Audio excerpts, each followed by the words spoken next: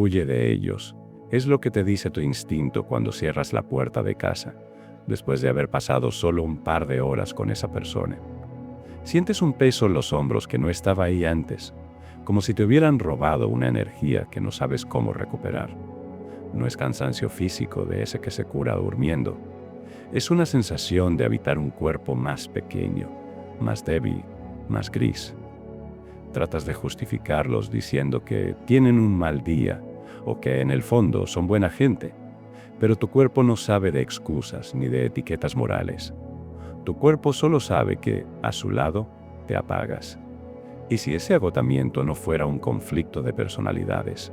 ¿Y si fuera en realidad una ley de la física que estás ignorando? 5 años pasan rápido. Parece una exageración, pero piensa en cómo se verían tus últimos años cuando permites que alguien drene tu vitalidad cada semana. ¿Sería una buena vida? Por supuesto que no. Por eso estás aquí. Porque no es solo una tarde perdida con personas que no te llenan, es un grano de arena más para llenar el jarrón de la vida vacía. Si permites que tu entorno esté lleno de personas que no te aportan nada, estás desperdiciando tu única vida. Te conviertes en un náufrago, alguien que simplemente intenta mantener la cabeza fuera del agua. ¿Te has fijado en cómo cambia tu lenguaje después de estar con esas personas? Te vuelves más cínico, más reactivo. Empiezas a quejarte de cosas que antes ni siquiera notabas. Esas personas no solo te quitan tiempo, te están contagiando su forma de ver el mundo. Y lo peor es que te acostumbras, te adaptas a vivir a media potencia. Crees que sentirte vaciado es una parte normal de la vida adulta, de la familia, del trabajo, pero la realidad es mucho más cruda. Cada minuto que pasas bajo la influencia de alguien que disminuye tu fuerza es un minuto en el que tu propio ser se encoge. Es una forma silenciosa de dejar de existir mientras sigues respirando. Si no entiendes la mecánica detrás de este agotamiento, terminarás rodeado de gente que amas, pero sintiéndote profundamente solo. O peor aún, sintiéndote un extraño en tu propia piel.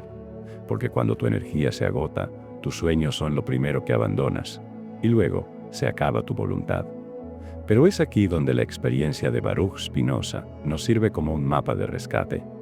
Spinoza no era un místico, era un pulidor de lentes de precisión. Vivió en el siglo XVII, pero su mente funcionaba como un procesador moderno. Fue excomulgado de su comunidad por pensar fuera de los dogmas. Eso lo obligó a vivir de forma austera, observando el comportamiento humano desde la distancia. Para él, la ética no era una lista de mandamientos sobre lo que está bien o mal. Para él, la ética era una geometría de las emociones. Spinoza se hizo una pregunta que hoy resuena en muchos. ¿Por qué hay encuentros que nos fortalecen y otros que nos destruyen? La respuesta reside en un concepto fundamental: el conatus. El conatus es el esfuerzo natural de cada ser por perseverar en su existencia. No es solo el instinto de supervivencia, es tu motor interno para pensar, crear y expandir tu vida. Imagina que tu capacidad de actuar es una batería con un voltaje específico. Cuando interactúas con el mundo, ese voltaje nunca se queda igual, o sube o baja. Aquí es donde Spinoza introduce los afectos. Cuando conoces a alguien y sientes que tu mente se aclara y tu energía sube, experimentas un afecto de alegría. Esa persona, por su propia naturaleza, compone con la tuya. Sus ideas, su ritmo y su presencia se suman a tu fuerza vital.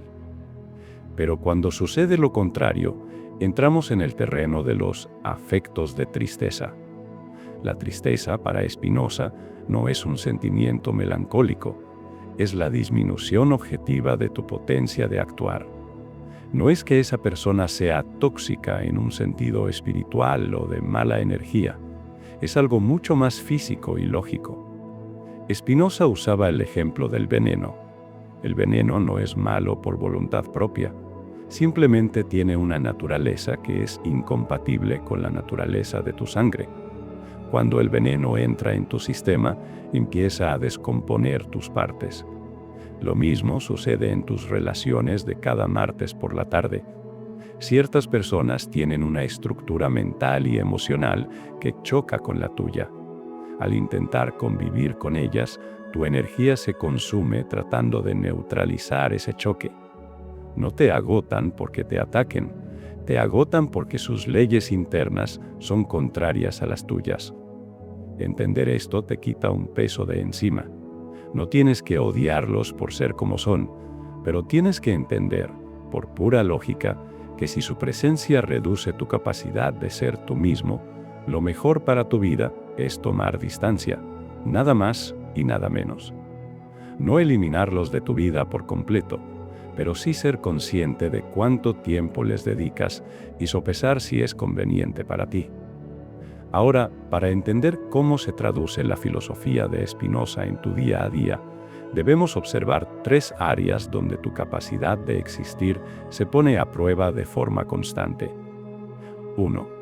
El entorno profesional y la interferencia operativa. Piensa en ese compañero de oficina que cada vez que se acerca a tu escritorio trae consigo una lista de quejas sobre la dirección de la empresa. No te está pidiendo soluciones, solo está descargando su frustración sobre tu jornada. Desde la lógica de Spinoza, lo que está ocurriendo aquí es un choque de naturalezas. Tú estás en modo activo, intentando que tu conatus, tu impulso por progresar, se manifieste a través de tu trabajo. Pero la presencia de este compañero introduce un afecto triste, el miedo o el resentimiento. Estos afectos no son solo nubes mentales, son interferencias objetivas que disminuyen tu potencia de pensar. Cuando escuchas su narrativa pesimista, tu cerebro empieza a asignar recursos para procesar esa amenaza externa. Tu atención se fragmenta, tu capacidad para resolver problemas complejos se reduce drásticamente. La mentalidad tradicional te diría que seas empático o que tengas paciencia. Spinoza, en cambio, te diría que estás cometiendo un error de cálculo. Si permites que esa interacción se prolongue, estás permitiendo que una naturaleza ajena descomponga tu propia estructura de trabajo. La cortesía no debe ser un suicidio de tu productividad. Si alguien reduce tu capacidad de actuar, no es un amigo de tu intelecto, es un obstáculo para tu desarrollo.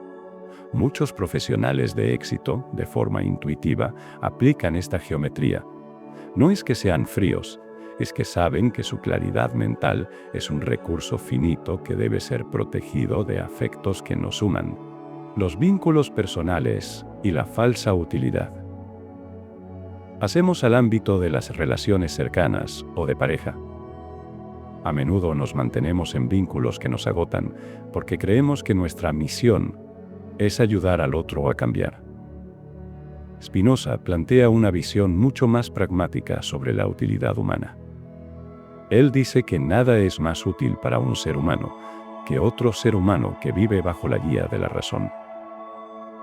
¿Qué significa esto en una cena de viernes por la noche? Significa que si tu pareja o tu mejor amigo viven instalados en la queja constante, en la dependencia emocional o en el drama cíclico, su naturaleza actual es incompatible con la tuya si tú buscas la estabilidad. Es como el ejemplo del veneno que mencionamos antes. No es que la otra persona sea malvada. Es que su configuración mental actual actúa como un disolvente sobre tu propia disposición emocional. Seguramente has visto este patrón en series como The Bear. Personas que se aman profundamente, pero cuya dinámica familiar es una cadena de afectos tristes que terminan por destruir cualquier intento de crecimiento individual. Creen que el sacrificio del propio bienestar es una prueba de amor. Spinoza corregiría esa idea de inmediato. Unirse a la tristeza de otro no ayuda a ese otro, simplemente duplica la cantidad de tristeza en el mundo. Si tu presencia junto a alguien hace que tu potencia de actuar caiga en picado, no estás siendo bueno. Estás siendo esclavo de una pasión pasiva. La verdadera generosidad nace de una abundancia de potencia, no de un vaciamiento mutuo. Piénsalo de esta forma. No puedes salvar a alguien cuya estructura interna está diseñada, en este momento, para la autodestrucción. Intentarlo es ir en contra de las leyes de la naturaleza, y eventualmente terminarás tan descompuesto como ellos. 3. La identidad y la construcción de la autonomía. Finalmente, hablemos de cómo te ves a ti mismo cuando estás solo. La mayoría de las personas no actúan por iniciativa propia. Son, en palabras de Spinoza, efectos de las causas externas. Vas a ese evento al que no quieres ir porque temes el juicio social. Respondes ese mensaje intrusivo a las 10 de la noche porque te sientes obligado. En ambos casos, tu conatus, tu impulso vital, está siendo sometido por una fuerza exterior. Cada vez que cedes ante algo que disminuye tu potencia, solo por compromiso, estás perdiendo autonomía. Spinoza distingue entre ser una causa adecuada de tus acciones o ser una causa inadecuada. Eres una causa adecuada cuando lo que haces nace de tu propio entendimiento y aumenta tu capacidad de vivir. Eres una causa inadecuada cuando lo que haces es una reacción al miedo, a la culpa o a la presión de los demás. El agotamiento que sientes no viene de hacer muchas cosas, viene de hacer cosas que no nacen de ti. Es la diferencia entre el cansancio satisfactorio de quien ha corrido un maratón por gusto y el agotamiento crónico de quien ha estado huyendo de un depredador. En la cultura popular, a menudo admiramos al personaje que no encaja, como el protagonista de muchas películas de directores como Wes Anderson. Personas que mantienen su naturaleza intacta a pesar de las presiones de un entorno absurdo. Eso es lo que Spinoza llama libertad. La libertad no es hacer lo que quieras sin límites. La libertad es actuar según las leyes de tu propia naturaleza, sin que las naturalezas ajenas te deformen. Cuando aprendes a identificar qué encuentros aumentan tu claridad y cuáles la nublan, dejas de ser una víctima de la mala suerte. Empiezas a seleccionar tu entorno con la precisión de un ingeniero. No por odio a los demás, sino por respeto a la potencia que reside en ti. Tu identidad deja de ser un reflejo de lo que otros esperan y se convierte en una afirmación de lo que realmente eres. Llegamos al punto donde todo esto choca con una realidad incómoda. Si sabes que esa persona te deja vacío, ¿por qué sigues ahí? ¿Por qué vuelves a contestar esa llamada el domingo por la noche? Solemos decir que es mala suerte. Tengo mala suerte con mis amigos. Tengo mala suerte con mis parejas. Pero Spinoza nos diría que la suerte no tiene nada que ver con esto. Lo que tienes es un error de cálculo en tu propia mente. Aquí está la paradoja. A veces nos aferramos a lo que nos destruye, porque creemos que nos da algo que necesitamos. Buscas aprobación en quien no te valora. Buscas seguridad en quien es inestable. Spinoza explica que somos esclavos de nuestras pasiones, cuando no entendemos cómo funcionan las cosas. Es como tener sed y beber agua de mar. En el momento en que das el primer trago, crees que te estás hidratando. Parece la solución lógica. Pero un minuto después, tienes más sed que antes, y tus órganos empiezan a fallar. Esa persona que te agota es tu agua de mar.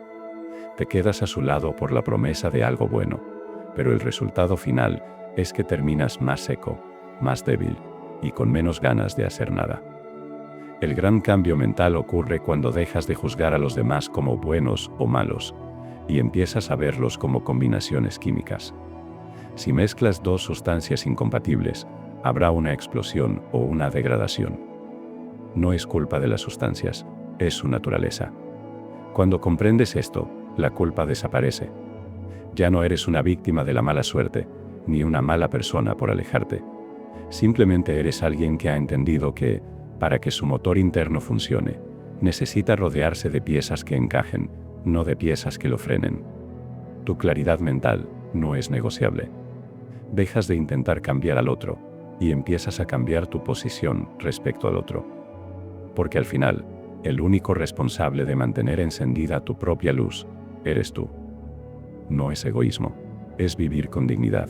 Pero después de quitar las etiquetas de buena o mala persona, lo que nos queda es la realidad. La realidad de que tu tiempo y tu capacidad de pensar son limitados. Si pasas tus días intentando encajar en un molde que no es el tuyo, terminarás rompiéndote. No es una maldición ni una racha de mala suerte. Es simplemente el resultado de no poner límites donde tu bienestar lo necesita. Para que dejes de sentirte agotado y empieces a recuperar el control, quiero que realices este ejercicio de 3 pasos. Paso 1. El registro de claridad. Elige a esa persona que sospechas que te drena. Antes de verla o de hablar con ella por teléfono, puntúa tu nivel de ganas de hacer cosas del 1 al 10. Al terminar la interacción, vuelve a puntuarte. Si tu puntuación baja más de 3 puntos de forma constante, ya no es una suposición. Es una prueba objetiva de que esa relación está frenando tu capacidad de funcionar. Paso 2. La técnica del cero reacción. La próxima vez que esa persona intente arrastrarte a su queja o a su drama, no discutas. No intentes convencerla de que sea positiva. Tampoco le des la razón para que se calle. Simplemente escucha de forma neutral y no aportes nada de tu propia cosecha. Observa cómo, al no alimentar el fuego, esa persona busca otra fuente donde descargar su frustración. Al no reaccionar, estás protegiendo tus recursos mentales para usarlos en lo que de verdad te importa. Paso 3. El diseño de tu espacio seguro. Identifica qué actividades o qué personas sí te hacen sentir con más ganas de vivir. No tiene que ser nada complicado. Puede ser leer un libro, caminar en silencio o hablar con alguien que te escucha de verdad. Agenda estas actividades con la misma seriedad con la que agendas una cita médica. Son tu antídoto contra el agotamiento. El objetivo de este ejercicio no es que te conviertas en alguien frío o solitario. El objetivo es que dejes de ser un náufrago que se agarra a cualquier madera que flota. Al aplicar estos pasos, notarás que dejas de quejarte de la mala suerte. Empezarás a notar que tienes más espacio para pensar, más ganas de emprender proyectos y, sobre todo, una sensación de ligereza que habías olvidado. Aquella sensación de cuando cierras la puerta de casa y por fin respiras tranquilo. Porque ahora sabes que tu vida no depende de quién se acerca a drenarte, sino de tu decisión de alejarte de lo que te hace pequeño. Al final, cuidar de tu capacidad de actuar es el mayor acto de respeto que puedes tener contigo mismo. Has dejado de huir. Ahora simplemente estás eligiendo dónde quieres estar.